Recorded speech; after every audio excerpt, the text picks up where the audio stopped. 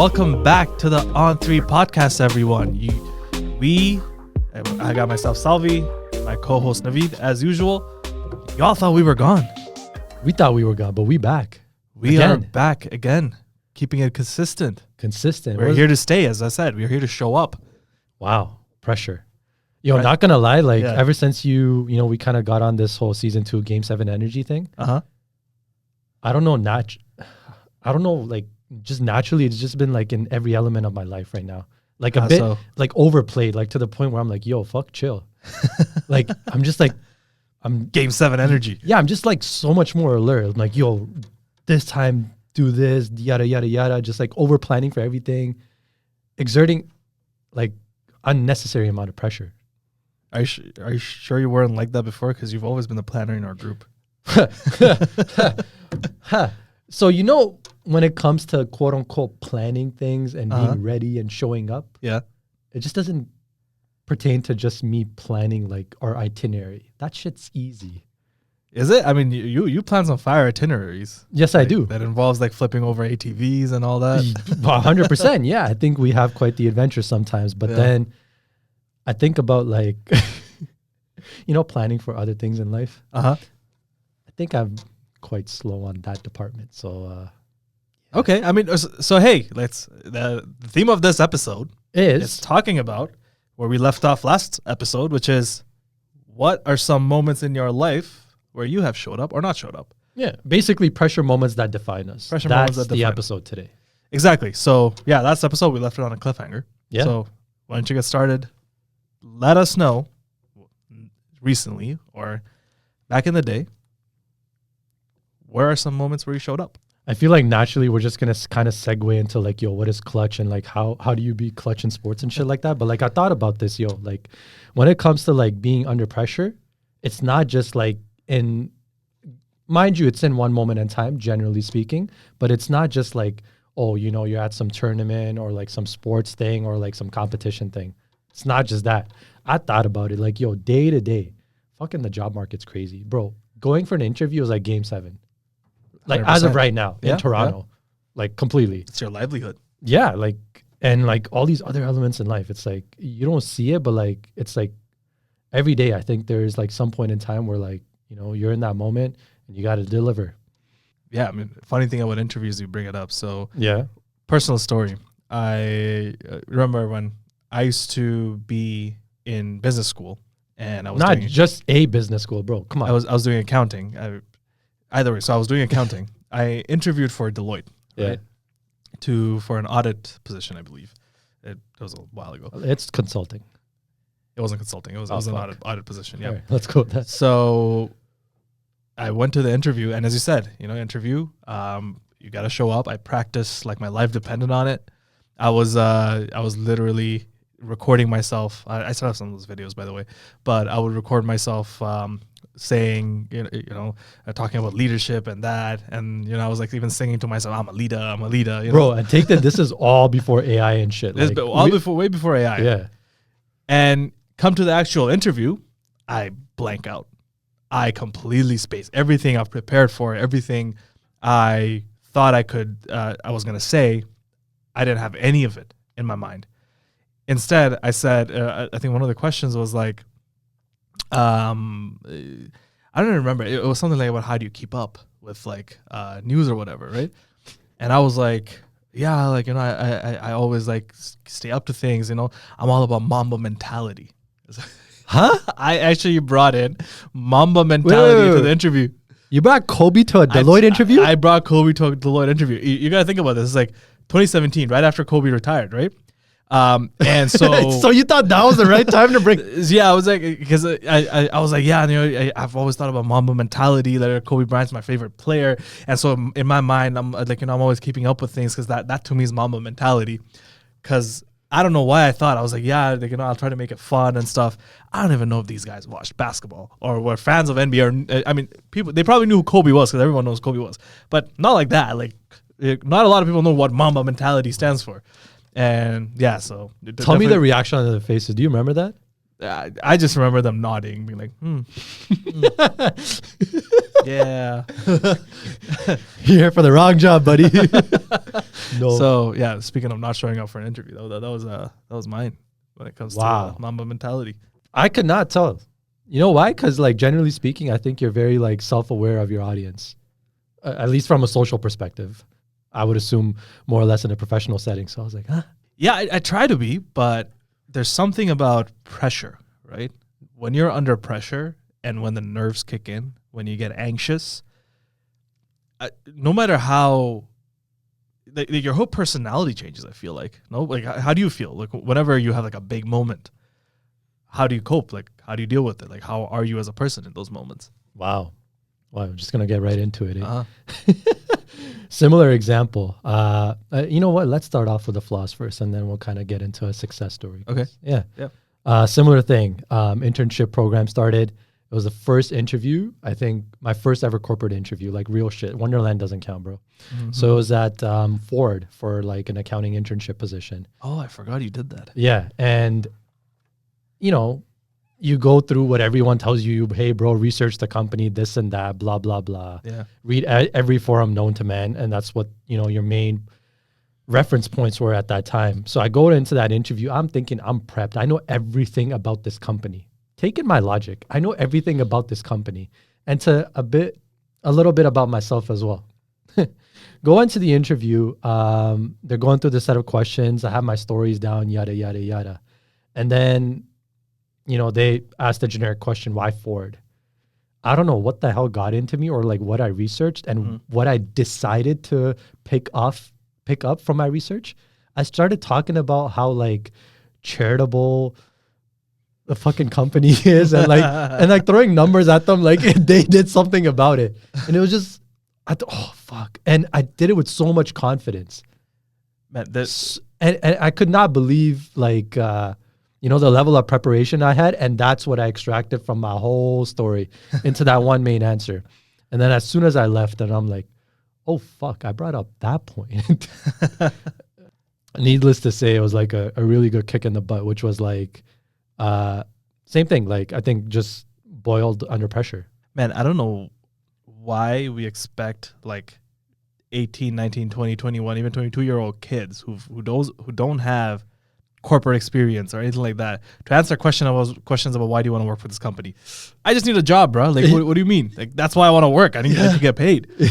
Like, I remember back then I used to be like, oh yeah, I heard like the work-life balance seems good. What did I know about work-life balance at 22? Exactly. Like, I had no clue. So why am I talking about work-life balance in an interview? And I think I feel like we emulate, we stick to talking points in like during interviews, especially when you're a kid and you don't have a lot of experience, obviously, because you don't know what you don't know. And I wonder how people can just be more of their authentic self in these settings, or even like pick professions, go into industries or whatever that more aligns with who they are. Because I feel like a lot of this fakeness comes from like trying to come up with things that you have no clue about because A, you haven't been exposed to it, or two, you're just not naturally into that stuff. Anyways, I digress. I mean, look, I think a part of quote unquote like showing up in the moment, whatever thing you do in life, whatever that little moment and particular time is, there's always an element like, yeah, there's muscle memory, like repetition and preparation. It comes down to that. But then there's this added element of like, you don't know what that situation is going to be. That's why it's unique, right? Mm-hmm. So I think those individuals that can kind of like, show their most authentic self, I think there constitutes a portion where it's like adaptability. You're able to adapt and cater to what that situation asks of you. And yeah, you did all your preparation, but now it's like, can you make that switch? Yeah, 100%. Yeah. And I think part of it is also, speaking of adaptability or even like being authentic, is how secure you are as a person. Like how confident you are as a person. And I think a lot of that comes back to, as a kid growing up, how empowered were you? How much confidence did maybe like your upbringing instill in you to just be, You know, Yeah. like if you're not second guessed, if you're trying out multiple different things growing up, like you know, like in school you have extracurriculars, you have sports, you have this, you have that, or even in social settings, if you're like hanging out with different kinds of people, really understanding who you are, really gaining that confidence. I think that goes a long way even in adulthood, because then you're confident in yourself. You know who you are. And this is me talking as someone who's not a parent, but I was a kid.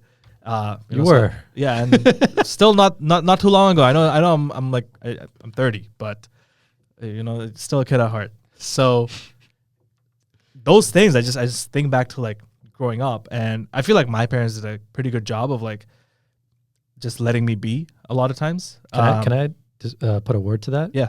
Exposure therapy. Is that what it is?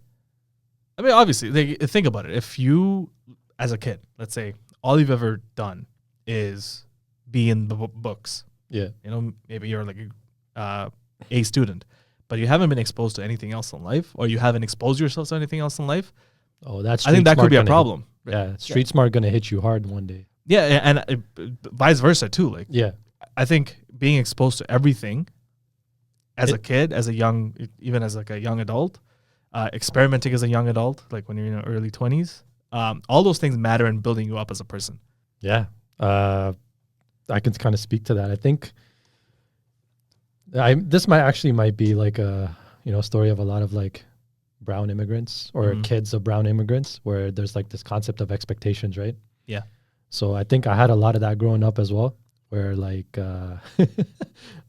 maybe like we'll translate into the success story. I don't know if you've ever known this, but before my love for the game of basketball, I wouldn't necessarily, there was a love for something else before, but this thing just kind of came out of nowhere. Generally speaking, I would have done anything in school that involved not using your brain. Let's just put it that way. Yeah. So there's this thing where they just in school, huh? Yeah. Are you sure you're still? That's a very good point, and we will touch based on that after this episode concludes. But basically, TDSB, Toronto District School Board, they had this thing called a track day. I was in middle school at grade 7 at that time, and they had all these different elements of track. So you got your jumps, your sprints, your relays, and did decent on sprints, kind of shitty on relays. And there was this thing called long jump. Straightforward. Instructor was like, hey, you run up as fast as you can to that line. Do not cross that line. Jump as far as you can after that line. I'm like, oh, well, simple enough. Lanky. Okay, I think I can do that. Long story short, knocked it out of the park. I jumped quite well. Made it to what they call the city finals. So that was basically. Damn, I didn't know that. Yeah, I know. This is the fun jumper, eh? I was a jumper until I got introduced to basketball. Fun fact. What they did was they collected like the top kids in each school. Yeah. They aggregated them, and then they had these cities finals. There's a group of 15 kids, long jump. I think there was around 9 schools. So 2 of them were selected from our school, me and this other kid. Now, good luck trying to convince my dad, take a day out. It was a full day that you got to go away from school and do long jump at some cities finals with some sort of transportation that I didn't have. So good luck convincing that to my dad. He just couldn't absorb the topic. He's like, long jump. What does that mean? It's not a sport. I'm like, yeah, it's like track. He's like, like, are you running? No, I'm jumping. Like, so I remember me and my sister, I took her at that time, kind of forced her. And I don't know what got into me, but I was like, I want to see how far this thing can go. And at that time I lived in an apartment, and basically the hallway of my floor, I got me and my sister, we set it up as a pitch to mimic the long jump. So I got her to measure and measure and measure after every jump. And then the day comes, naturally shitting my pants, pissing my pants. Every kid there is like bigger than me, longer than me, yada, yada, yada. Because it's like grade 6 to 8. I was right in the middle. And then I don't know what part of this kind of like switched my mentality. And I remember it till date. I saw that pitch, and it was like an official pitch of like long jump. Nothing compared to what we had in school, because that was just kind of made grass and like a bit of sand. When I saw that, I was like, oh my goodness, like it just looked so cool to me. It was my first experience looking at it, like the track setting and everything. And for some reason, I was able to tune into just that one aspect and tune out everything else. The fact that there were people bigger than me, the fact that there were people watching, the fact that, little bit of trauma, but no one was there on my end. But right, I just tuned in to the fact that that thing is so cool. I wonder how far I can jump on that. Just the fact that it's standardized, it's officiated, it's organized. That to me was the biggest boner ever. Like just generally speaking in sports, when you play recreational versus like competitive, there's all these other elements like officiating and all that stuff. And top 3. Hey, congrats. No, thank you. That's my only award that I have. What, long jump? That's it? Yeah. Wait, so did you not so much for the love of continue basketball. on with it? That's also a moral of the story. When you find something that you're good at, I kind of learned this way after the fact, kind of stick to it, ride it out, see it. Yeah. No, did not pursue long jump in SATEC, unfortunately. So I was listening to an audiobook, I think. You don't say.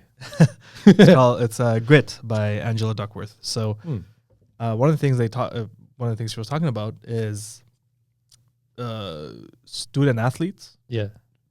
And even like not student athletes, but if you get to varsity level and are competitive, they have a higher grit score than a lot of other people. And the reason is if you get to a certain level, like let's say you've done a sport and you've practiced it over and over and over and over and over again, and you get to a level where you're like competitive against other people, that takes so much grit that it transfers to other aspects of life. And that's why like when I have kids, one of the things I want to do is like really push them to, it doesn't have to be sports, like really anything outside of just studying that you follow through with. Obviously it's got to be something you enjoy that's going to make you want to follow through with it, but keep doing something for the long haul, not something there's a reason I didn't want to quit on this podcast, right? Because I want to follow through with what our goal was, which was to, I don't know, maybe rival Joe Rogan one day. So wow. Yeah, we did say that in the first episode, so we'll see where we get with that. But yeah, like to your point, I think, our generation, we're going to do like a much better job at being aware of putting our kids into things. Could be anything, bro. Yeah. And just, investing in that. Yeah. You actually brought up a good point, which was being an immigrant kid, right? I think being an immigrant kid also puts a lot of pressure and Game 7, I guess, energy into your life. And I think you and I are pretty good to talk about this because we are both immigrant kids. We came here. We weren't born here. You weren't born here, right? No. Yeah. The accent came over time. we were both born elsewhere and then came here. In my case, I came here at the ripe age of 13. Wow. And so I had a good amount of upbringing in my home country, Bangladesh, and then here. So I for a lot of kids who come here really young, they don't remember maybe their parents' struggle, but I do. I like literally lived through it. And I feel like as immigrants, that adds a certain level of pressure on your life. 100%. Bro, like just generally speaking, when you kind of go through that experience of being a kid to an immigrant parent that came here, made all the sacrifices they made, you think you could just be a dickhead? No. It is just not expected of you. Like that's the minimum you could do, which is quote unquote repay for that, sacrifice that they did to, generally for you to have a better quality of life. Yeah. Insane amount of different pressure. Compared to, other different kind of pressure. I know there are some people who say, oh, it wasn't my choice. My parents made that choice. So why should I have to pay for that? I saw the weirdest thing like 10 minutes before we came. Yeah. Some kid sued his parents because he didn't want to be born. What the sorry, just fucking fuck. Oh, man. Sometimes people need to know they don't have a choice with certain things. That's all I'm saying. Yeah. But I mean, there are people that say that. And I do wonder. I feel like, I don't know, as a immigrant kid, I've never felt that way. For me, it's always like, oh, why should I repay or feel the pressure for that or repay my parents? But for me, it's like as you mentioned, we came here I'm not gonna say we had nothing. We had some things, Yeah. but we were, I would say for quite a few, like at least 4 to 5 years, we would have been considered under the poverty line. And because I'm going through my peak teenage years during that time, right? And so all those memories are there. It's not like I was super young. And those were very formative years for me because they taught me, one, the value of hard work, because I saw my mom and dad working their asses off, right? Without much payoff, because for a while they had to struggle a lot without like getting anything in return. You remember my dad, like this guy would pull a night shift because he was working a night shift job, come back during the day, go to class. We actually used to go to class together because I used to my university and his were like in the same campus, so we would sometimes go together a lot of times. And then he would come back and help my mom with all like the house stuff, and rinse and repeat every day, while having 2 kids at home. Yeah, I think at one point, I think some of us, including my own dad, we reminded your dad that there's only 24 hours in a day. Holy. And I sometimes wonder, like, how did the guy get sleep? Like, I have no responsibility, and I still feel like I have no time in my day. Like, yeah, sure, like I don't have kids. I don't have a night shift job. I'm not trying to make ends meet. Like, they've set me up and in a position where now I'm fortunate enough to have a pretty decent life. Like, I don't have to worry about all that. But I remember that stuff now, and I'm like, talk about showing up in Game 7 energy. Whew, like, every day, bro. Every day. And the part is, the very underappreciated part about it is, my parents never let me and my sister feel any of that. Bang. And I realized a lot of it after I grew older. Yeah. That, oh shit, you guys went through all that. Exactly. You see the value of something when you have the capacity to realize it and be aware of it. You read that book about grit, bro. Your dad is grit. Like, yeah, you know, much like other stories about immigrant parents, right? Like, it's the grit and that added element of, like, quote unquote not complaining and just leading by example. 100%. And not just my dad, my mom too. Like, the fact that they had to move to a different country, leave all their friends and family behind, start a new life somewhere else. Learn a new language. For my mom too. She was taking classes. She had a job. She was taking care of the family. Like, when you see all that, and I'm like, holy shit, I'm a dipshit. I have no discipline. I procrastinate every day. Like, and I complain about the littlest things. Yeah, but this also goes back to the point, another point that you made on another episode, which was evolution, right? You're like a different evolution or version of, your parents. Yeah. They made that sacrifice for that particular circumstance, right? Through grit. And now that's put you in a position to be where you are, where they could not necessarily be. And you will take it from there. 100%. And that's the thing about, like, all of us immigrant kids. I feel like we all feel the same way. I use my parents as an example, but I know so many other parents. Yeah. Your dad, your mom and dad, all our friends, our immigrant friends and their parents. Like, everyone's gone through a version of that same exact story. Exactly.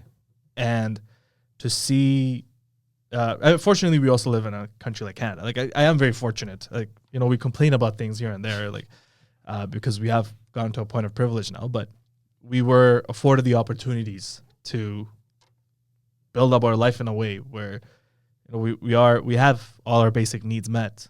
And not only that, we're like aiming higher and higher in terms of our goals and dreams and the kind of other kinds of pressure we put on us. And as you said, like, our parents got us to a certain point. The goal is for us to start there and get to an even higher point for the next generations to come. Exactly. And hopefully they can just build on top of that. Yeah, that's evolution in a heartbeat. I think one other thing, generally speaking, what our parents were able to do well is like that mental frame in their mind. They could, in terms of showing up, right? They could see something as a threat or as an opportunity. Yeah. And I think they did, well, I don't know which one ever I brought up first, but they saw it as an opportunity, right? Yep. Because the moment you seek or view a circumstance as a situation as a threat, you will act accordingly. You will piss your pants. You will shit your pants. You will, always fear it. Whereas if you see it as an opportunity, you're going to find the best way to show up. Yeah. So I spoke about our parents. I do also know other, let's say, parents who are here, from here, even immigrant parents, who come and kind of just give up on life. And I know, I have a few examples of people I know who have had the shittiest life as a result. Because they gave up?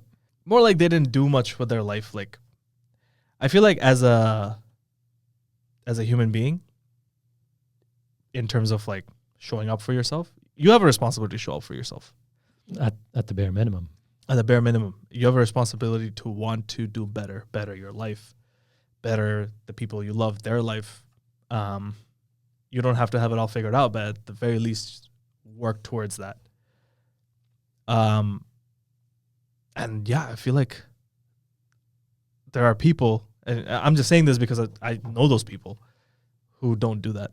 Like, they're very okay with having a shitty life and giving their loved ones a shitty life, which I will never understand.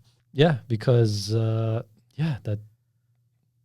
what's the purpose then, right? You're just kind of like they're along for the ride, right? You take it, whatever, blah blah blah. Like, yeah, there's no purpose there. No, and you use a very good word, which is purpose. Yeah. What's your purpose in life? And I feel like at the core of it, that is probably what helps people show up, right? Having a purpose in life. Correct. Like, I don't know if you were to ask me what my purpose in life is, I don't know if I could put it in a sentence, but at a minimum, I would say, yeah, my purpose in life is to be free. And what does freedom look like? Yeah, freedom from like financial freedom is one. Financial freedom, yeah. But not only that, but also freedom from like health affords you freedom. Oh, 100%. Right? You have a body that's healthy, you're free. You have the freedom to do anything you want. Mental peace affords you freedom. Because if you're constantly in stress, if you're constantly hung up by things, your past, your present, your future, there's a level of freedom to having mental peace. Because then you're free to think and be who you want. That's very well said. I just thought about it. Three-headed monster. You got financial freedom, physical freedom, and mental freedom. Yeah. And there's probably other things in there. Like the freedom to choose what I want to do with my day. Like, my goal to be an entrepreneur has always been that I want to be able to choose if I want to be busy during my day, I want to make that choice. I don't want it made for me. Here, let me throw this at you. You, at the beginning of the episode, you recalled that situation at Deloitte, right? Yeah. Whatever happened. Maybe you're at the age of 21. You are now at the age of 30. 30. Sorry. Doing the math in my mind. Yeah. Yeah, we were old, bro. How do you look back and 21 to 30 now? You still have, your aspirations of being the entrepreneur route that you want to take. But like the 21-year-old looking up to that 30-year-old, what would he think? He would think I still haven't achieved that freedom, obviously. But he would think during my 20s, I could have done a lot more to show up for myself, which is So I've started thinking about, speaking of freedom, a lot of people would think discipline is not having freedom because you're doing the same thing in a structure where every day. But I think discipline affords you the freedom to discipline lets you show up for yourself. And only when you show up for yourself can you use the freedoms that you have in a way that's meaningful, purposeful, and makes lives better, yours and other people's. So the 21-year-old looking at a 30-year-old would have been like, as a 30-year-old, I would have told myself that, hey, be more disciplined growing up, have more like figure out your purpose earlier in life. How do you think that counteracts the age that we're in, where like, remember in our early 20s where it was like, hey, yo, live life, party, da da da da da da da. And then you hear Michael B. Jordan being like, yeah, you know, when those guys are partying, I'm locked in. And I'm like, fuck. At the end of the day, it's really about what do you define freedom as? Like, there's a freedom to do whatever you want with your life. But if it comes at the cost of you ruining other aspects of your life, is that really freedom? I don't know. It's kind of like just being self-destructive. But there is room to explore and experiment. Correct. Right? At the same time, yeah. I think what it really comes down to is everything in moderation is the key to happiness. There you go. I never want to be someone who regrets not doing something that I wanted to do just because, whatever, like I was being too rigid with myself. I think everyone, you need to explore as much as possible. You need to experiment as much as possible without ever getting to a point where, I don't know, you're quote unquote addicted to something. You know what's funny? There's this one really apparent example in your life where you kind of meet that predicament. You have the travel bug in you sometimes. Yes. A lot. My guy, you travel. But the thing is, when you travel too much, I got to call, yo, I missed the gym. I'm like, bro, there's not a gym in Italy. He's like, yeah, but it's not good life. I'm like, it's like that routine in you that wants it. Like 100%. Which goes back to the point. Anything in quote unquote, you know, generally speaking, in extreme measures will throw off that, you know, balance that you have in life. What I've realized is anything more than, I think, 8 days, I start feeling it. So the perfect amount of time for me traveling is 8 days. Wow. After 8 days, I'm back. I'm good to go. If I'm going for more than that, then it, as you said, throws off my rhythm, throws off kind of my balance in life. And that's a good point because, like, a lot of times I feel like it is important to also be grounded, right? And you have to know yourself best to understand what grounded means for you. Like for me, as you mentioned, if there are periods in life where I'm like moving around a lot, there were times like over the past like two to 3 years ago where I would be going from Ottawa to Hamilton, which is like 6 hour drive away, like almost every week. And I had no grounding at that time and I was going crazy. And same thing with like traveling. If I'm going, I was traveling for work quite a bit last year and I would be traveling like every month almost. And again, like I couldn't establish a rhythm at home or a rhythm for myself where I'm like, properly showing up for myself all the time. And what does showing up for myself look like? Which is like taking care of my body, going to the gym, having a social life, like with you guys. That's part of my mental piece. Bettering myself, like I always want to learn something new throughout my week. Like I'm taking courses, I'm doing this or doing that. Not having the time, or like, you know, building something on the side that I'm trying to, like a project that I'm working on, doing this podcast. Like all those things kind of stay on hold if I'm like not balanced somewhere in my home base. And yeah, to me that isn't freedom because you're like kind of stuck in your head about like all these different things and you're not truly just in the present. Yeah, exactly. And you said it all comes down to purpose, right? Everyone has a different purpose or whatever that constitutes of. And you put it right. I think freedom is a byproduct of discipline. I would think so. As I've grown older, I've started to appreciate it a lot more. If you My dad was right. It's and I'm not saying that I'm disciplined. I'm actually not disciplined at all. But that's something I'm in for my 30s. That's my main goal, is to there you go. You're already at step one. be as disciplined as possible. I think that's an extremely important aspect of living a fulfilling life. Amen. So what about you? What's your purpose? Similar to you, I don't think I can define it in one sentence, right? It's many things that just roll up into the persona that I want to be. Obviously, physical health, financial freedom, being there for the people that I care about, right? And then, bettering yourself, whether that's professionally or personally, some sort of combination of that. And I think you put that all together, and that's my purpose. I think there was this... I was reading this thing where it's like people who obviously have a purpose. And not only that, people who are conscientious, if you want to know the definition, please look it up. I actually know that word. They report a higher rate of happiness as you're older. And yeah, as I said, the reason is because you are working towards something Exactly. that fulfills you, hopefully. Your life has some form of purpose.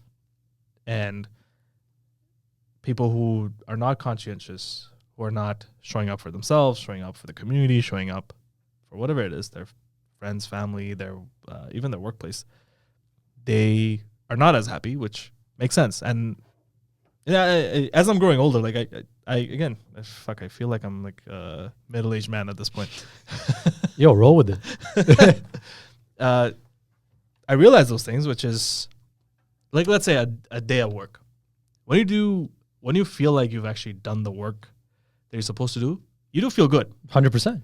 So, I never thought I would actually say that, right? I definitely didn't think you would say that. Back in the day, it was all like, oh, I need to play basketball to feel good, or I need to go for shisha with you guys. Yeah, something a bit more exciting and dynamic, right? Yeah.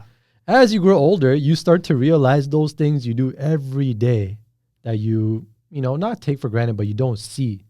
100%. Those add up. And just achieving a goal that you set for yourself, that goes such a long way in your day. Now, take the opposite. Let's say you've set a goal for yourself and you don't do it.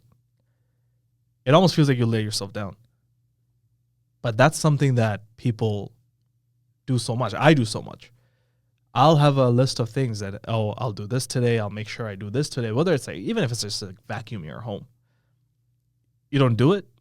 And then the next day you're like, you don't feel accomplished because you didn't do those things that you promised yourself you would do. At the end of the day, it's like, are you keeping the promises you made to yourself? Yeah. And if you're not, then you don't feel as good. Yeah. I think there's a second layer to that, which is like, if you're not, will you do something about it? That too. Yeah. The next day, do you show up? The next day, do you show up? So there's this quote, and this is about going to the gym. It's like, I have never regretted going to the gym. But I have always regretted not going to the gym. Exactly. So if the next time you got to go work out or you got to do something that you've said, always ask yourself this question. What will I regret more afterwards? Doing this thing or not doing this thing? Exactly. We talked about this, I think, someday. Half the equation of exercise is getting to the point. Well, if you do it in a gym setting, is getting to the point of getting to the gym. Once you're in the gym, you won. You're going to do it. You're going to do. The whole hurdle is making up the mind to get to that point. Once you're at that point, you will perform. You will do what you ought to do because you got to that point. Yep. And that's just talk about the gym, but let's talk about you. I know you always give examples of like all the things I've done, but let's put you in the spotlight. God damn, brother. God you're a CPA. Yes, and I that am. takes a lot of showing up for yourself to get to that point. Yeah. Yeah, I'd say there's a considerable amount of grit that goes into obtaining a CPA designation. Look, very, very frank and very honest and very blunt with you. You don't need to be a genius to be a CPA. I think a lot of people already know that, but for the people that didn't, here's to reiterating. You don't need to be a genius to be a CPA. Getting through that designation is just grit. You got to put in the time, and that time will reflect in your results. That handbook constitutes of, God knows, 1,000 pages of blah, blah, blah stuff that I still probably don't know. And there's no way to get around it but to, tackle it. And I think as I kind of progressed through that course, overcoming the concept of procrastination, it reflected clearly in the results. The days or the weeks or the months where I would kind of tackle things at the end and think I could consume all of that and then, show up at my exam's like, fuck you, bro. Straight up, got a big old D. Yep. Not the good kind too. And the time when I was like, okay, bro, how many years are you into this? Like, let's say I was a year or a year and a half into this, including my post-secondary education. I'm like, is this the point where you're going to stop, like, you're going to start to find shortcuts just to get to the end? Right? No, genuinely told myself that because it was reflecting in my results. There's no shortcut in life. There's no shortcut to something good in life. Yep. Yeah. Something good for you in life. Yep. I think something that's not good for you will inherently have some sort of shortcuts. So throughout that process, what did I do? Straight up, I stuck to exactly what they suggested for me to do. They're like, bro, study throughout the week. You can take your weekends off. I was the type of douchebag to only study on the weekends and take my weekdays off, right? Just procrastination. So overcame that hurdle, stuck to the discipline of putting the time in. And yeah, that reflected in just, I think, obtaining the designation. Absolutely. You stuck with it. Something I didn't do. That says something. Yeah. Like I said, grade 12, they came. They're like, hey, CA rule the world. CA rule the world. Yeah. Episode what, like 15, I think? 15, yeah. Got excited. My dad's like, hey, yo, do it. And I'm like, oh, wow. Dad said it too? Why not? All right. Yeah. Let's impress the both of us. Yeah.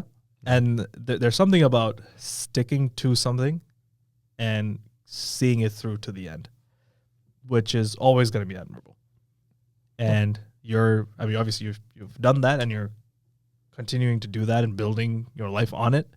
And as I said, from a boy to a boy, you're doing a great job. Oh, thank you. And not only in your professional life, I think you also show up for yourself physically a lot. If you don't know, my friend is in impeccable shape. I am not on the cover of Gymshark. I'm nothing, bro. This man has 2 ACL surgeries, but still jumps out of a gym. Hard to keep up with when I'm playing ball with him. I hate guarding him. Likewise, I hate guarding you. That's why we got another boy guarding you this week. But yeah, but I take you have no vices. Like, let's put it this way. Oh, okay. No smoking, no drinking. Like, I feel like I'm building your dating profile. Nothing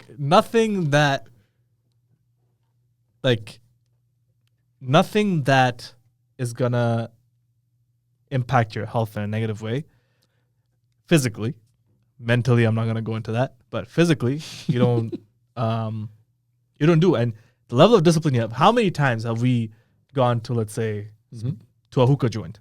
A hookah joint or shisha. No, Hookah, I just like the way you said it. And you have never succumbed to the peer pressure to even take one single puff. Yeah. No, that is crazy to me. Yeah. No, I'm pretty proud of that. But it's very simple. I try not to overcomplicate it.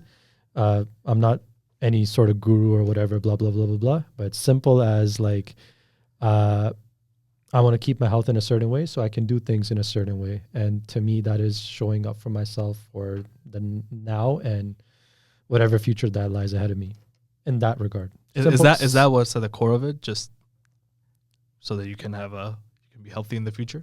Yeah. Like, what drives that? What drives that? Yeah. I think there's a adventurous need in me to do things and, continue to do them as long as I can. And to do that, you got to put in the work of maintaining a certain level of fitness. Simple as that. Yeah. I don't associate my 20s with just hiking. I want to hike as long as I can, So, absolutely. Simple things as that. Try not to climb the Everest together. Yeah, but K2, not Everest, K2. 100%. But now you have this bullshit rule of you can't travel more than 8 days. Brother, it's like 19 days. I looked that up 2 days ago. I'll do that. If it's a challenge that we're actively working towards. That's another thing. I realize we both like this sense of conquering. Yeah. And I know there's a level of competition in there as well, but something I think we're both competitive people. Yes. For me, it's always been built up through sports. I've always been involved in sports growing up. And so competition has been very important in my life. If I'm not competing, I feel like something's missing in my life. Yeah. My dad asked me, he's like, yo, why do you play at that intensity? I'm like, well, it's fun to, just give everything you have in a given moment and let everything else be dictated. Yeah, and beat someone at something, like straight up. Whether it's I don't know, ping pong, sports. Oh yeah. I don't know, maybe being one of the top podcasts. That's a goal of mine. All those things, like competition is, I think, innate part of life. And no matter how you want to put it, at the end of the day, life is about competing for resources, competing for attention, competing for. And it's not a bad thing. It's not a bad thing. That is life, and in one way or another, we're all competing against each other, while at the same time also competing with, trying to find ways to like work together in that competition that is life. Exactly. All right, let's take a trip down memory lane. I want to target your memories, not in relation to you, but what you felt. Okay. From a culture, pop, whatever, sports aspect, what's one, or give me more than one moment that stood out to you that's just like the impeccable definition of showing up?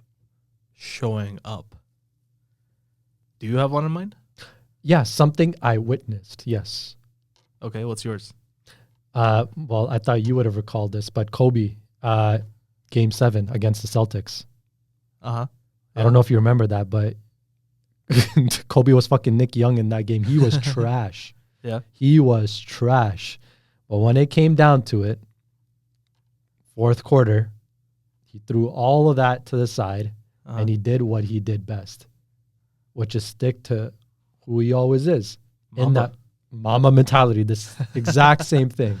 Yeah. Like, I just can't forget that memory. And that's like, just, you know, I think there's certain moments, whether it pertains to people, things, or any other aspect in life, once something is done in such a magnitude, it sticks. And to a certain extent, it almost builds your perception around that whole thing. In this case, that guy. Yeah. I mean, it's crazy too. My favorite Kobe game, I would say, is actually his last game ever. That man made it a point. Score 60. He told Shaq, literally, like, pregame, he's like, I'm getting 50. I don't care how, field goal percentage, yada, yada. He did it. To me, that was Kobe's most impressive game. Oh, yeah? His last game. His last game. You can definitely make a case for that. Yeah, yeah.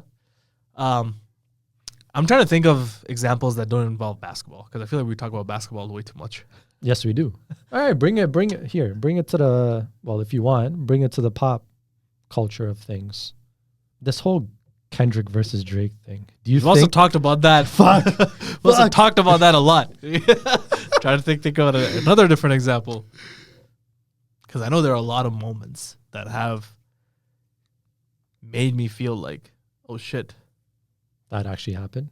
Yeah. Or like he or she did that? That actually happened? That actually happened. He or she did that.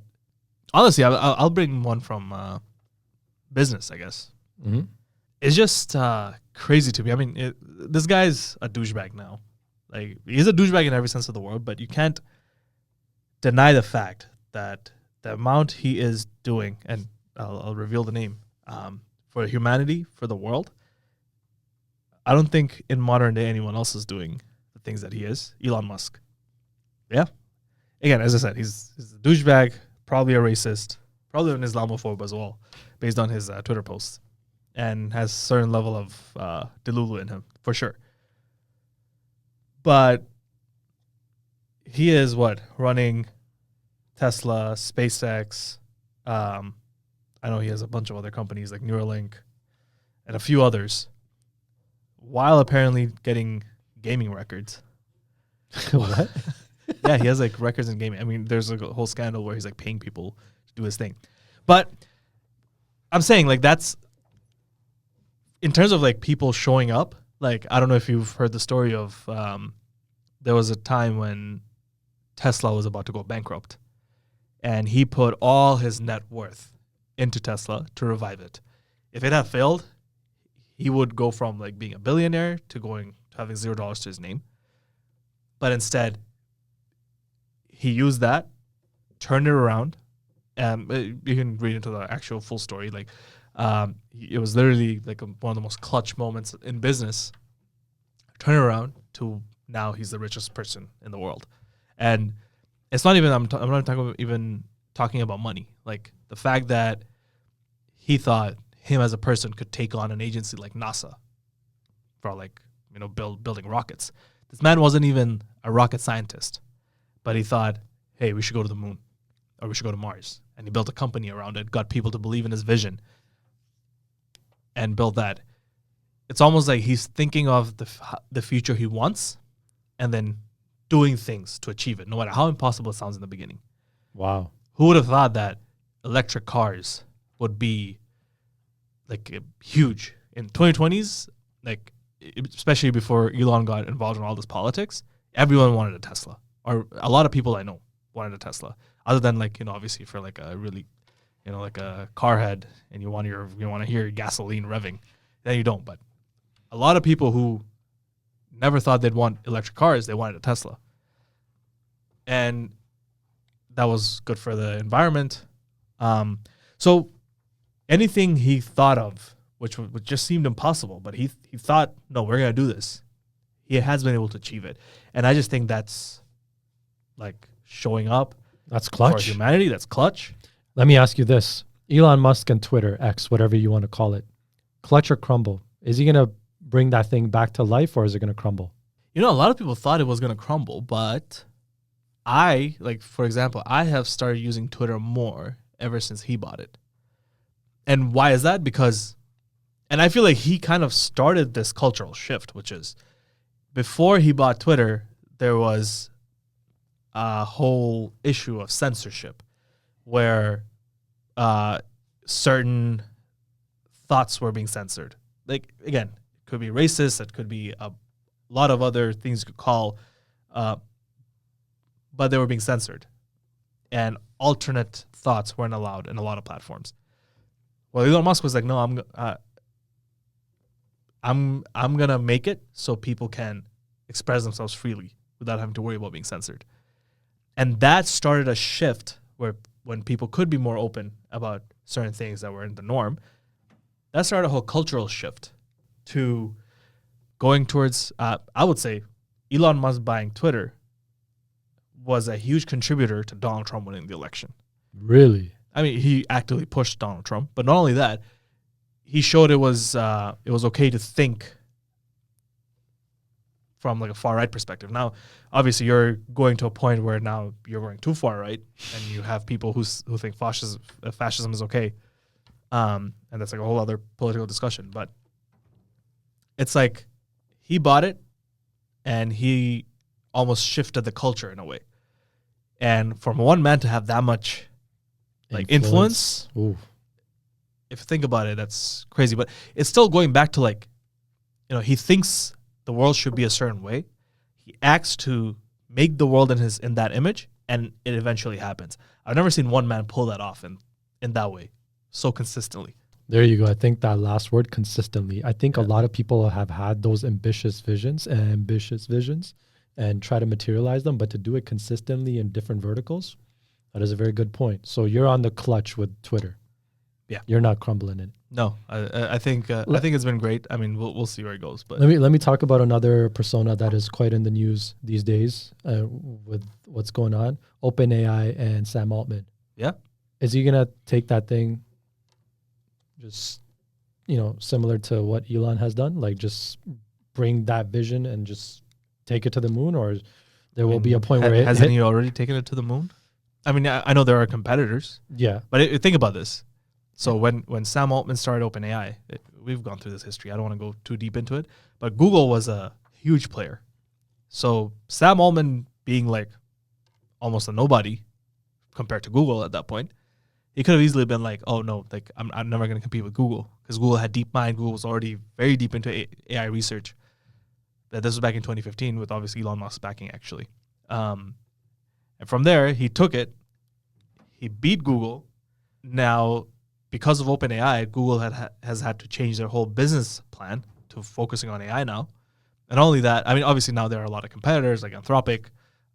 Meta's building their own AI lab. So we'll see where it goes. But he's already hit that, basically. He's already started a revolution. Like the AI revolution has been the biggest revolution. I would say from where I'm seeing this going, I think AI will be even bigger than the Industrial Revolution. Oh, the Internet revolution. 100%. I think the Industrial Revolution was bigger than the Internet revolution still. Probably in terms of like how rapid and the magnitude of it. I think AI is, and we're in the early stages of AI.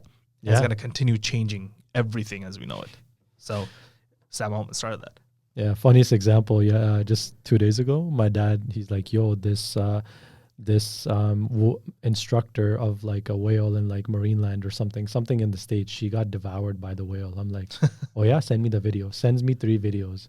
Fucking AI generated. AI generated. I was like, yo, did you even Google it once? I Googled it and all the articles are about how this viral video is fake. Yeah. And he's like, there's so many negative implications of it too. To your point, like, how do we know what's real or what's fake? Okay, thinking about showing up for yourself. People who are, let's say, going through schooling right now, like, all I see is most of them using ChatGPT to generate their answers, using ChatGPT to do tests. Like, hey, even me, if I'm writing a report, I'll get ChatGPT to do an initial draft, and then I'll work on top of it, and then use ChatGPT to refine.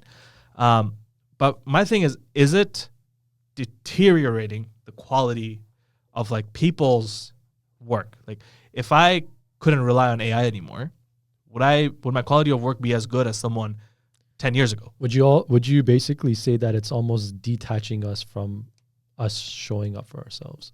Exactly. Because now the first thing like I'll do is go to AI for everything without putting critical thought behind it. And that's our generation who have probably gone through a level of like being trained on critical thinking, building blocks. But for kids who are now, like, let's say in primary, middle school, high school, even university, how are they coping with it? Like, I really want to talk to like some kids and really understand that. Yo, funniest thing. Yeah. Back in our day, the main message was, hey, stay in school. I wonder what the message is now. It's actually going to be crazy because, like, obviously the education curriculum has to be adapted to account for AI and how you handle that. But how do you handle that? It's like everywhere now. Or, I mean, even another question is, do you need to handle it? Maybe the reality of the world is you just need to work with AI, and that's going to be the new reality. And so it's going to be what's going to determine how you show up for yourself or how successful you are, how you lead a fulfilling life, is how you work with AI to enhance your life. Poof. Wow. That is quite the scenario. But it is true. Because think about it, like the early version of, like I say, when phones came around, social media and everything. Now people are building businesses on top of social media, making that their full-time thing.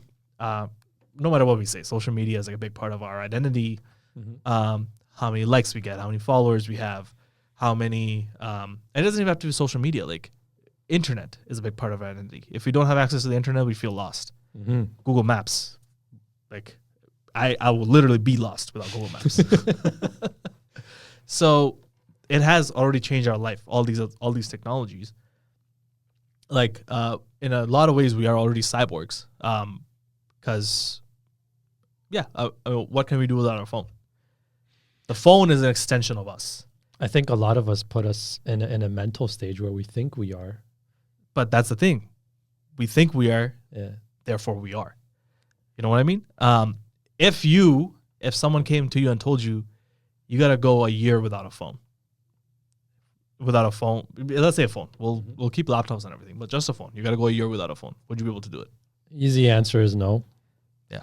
So fuck, that sucks. But it's not just you. I think you could ask that question to anyone. Everyone's answer would be no.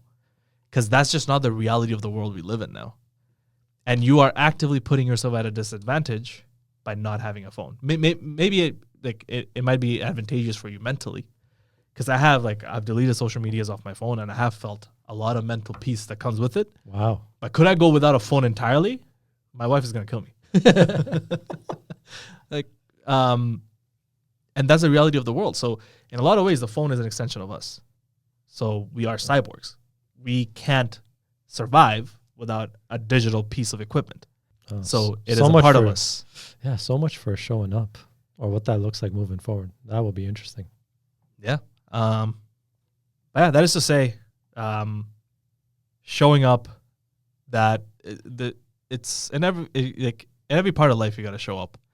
You got to show up as an individual. You got to show up as a son, brother, husband, eventually a father. You got to show up as a coworker. You got to show up as a teammate, a friend. And I think showing up for yourself, if you are able to do it more often than not, leads to a more fulfilling, meaningful life. Yep. Any parting words from you? Any parting words for me? All I'm gonna say is this theme of season 2. Yeah. It's inherent. It like wakes me up every day almost. Like legit, not gonna lie. Wakes you up to show up here. Yeah, show up and just show up. Period. Yeah. I think it's doing good to yourself basically. Absolutely. Yeah, you treat yourself right by just this methodology of like just doing it. Yeah. And I'm excited to keep exploring this theme of showing up, the theme of competition, as we continue on to next week, or whenever we release our next episode, which might not be next week, might be a few weeks from now. Either way, it was great to be back here again. Great to keep releasing these episodes, showing up for On 3. But for now, On 3, baby. On 3, we out.